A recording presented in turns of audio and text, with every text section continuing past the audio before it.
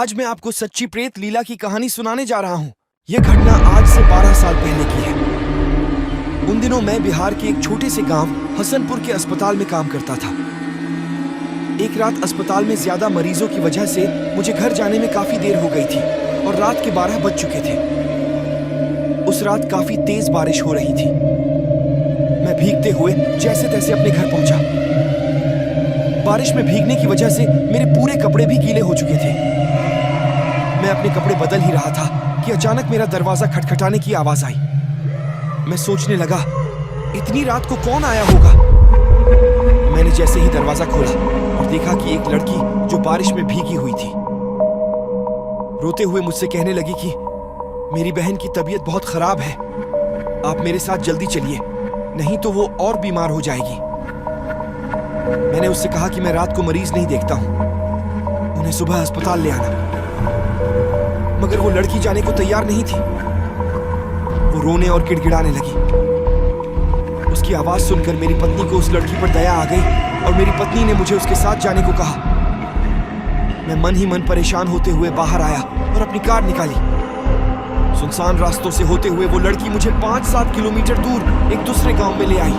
मैंने फिर सोचा कि ये लड़की इतनी रात को मेरे घर तक पहुंची कैसे, लेकिन मैंने इन बातों की तरफ ज्यादा ध्यान ना देते हुए मैं उसके साथ एक घर में पहुंचा।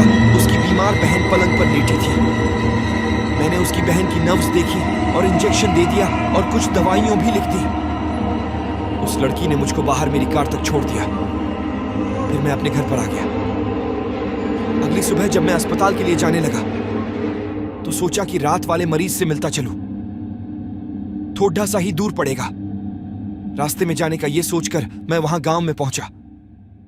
मैं वहां पहुंचा और मैंने देखा कि रात को जिस घर में मैं गया था वो घर उस जगह पर मुझे नहीं दिखा। मुझे उस जगह पर बस एक खंडहर नजर आ रहा था। तो मैं गांव के लोगों से पूछने लगा कि यहां एक घर था जिसमें एक लड़की और उसकी बहन रहती थी। तो लोगों ने बड़ी हैरानी से मुझे देखते हुए कहा कि यहां ऐसा कोई घर नहीं है और ना ही कोई लड़की और उसकी बहन है। यह बात सुनकर मेरे रोंगटे खड़े हो गए। मैं सोचने लगा कि रात को जो मेरे साथ हुआ वो क्या था। वहां के लोगों ने बताया, यह प्रेत लीला है जो हर साल किसी एक इंसान के साथ होती है। यह तो गनीमत है कि आप जिंदा बच गए, वरना वो आत्मा आपको जिंदा नहीं छोड़ती। मैं हालांकि भूत प्रेत में ज्यादा विश्वास नहीं करता था। मैं फिर जब गांव वालों के साथ उस खंडहर में पहुंचा तो उस खंडहर के बाहर मेरी कार के टायर के निशान थे और वो इंजेक्शन और दवा भी वहीं पड़ी ढी थी। मैंने बिना लोगों से और बातें किए मैं अपने घर लौट आया और घर वालों को सारी बात बताई। वर्टिकल बार उसके कुछ दिनों बाद मेरा ट्रांसफर दूसरे गांव में हो गया। लेकिन मैं उस रात की घटना के बारे में सोचता हूं तो आज भी मेरी रूह कांप जाती है।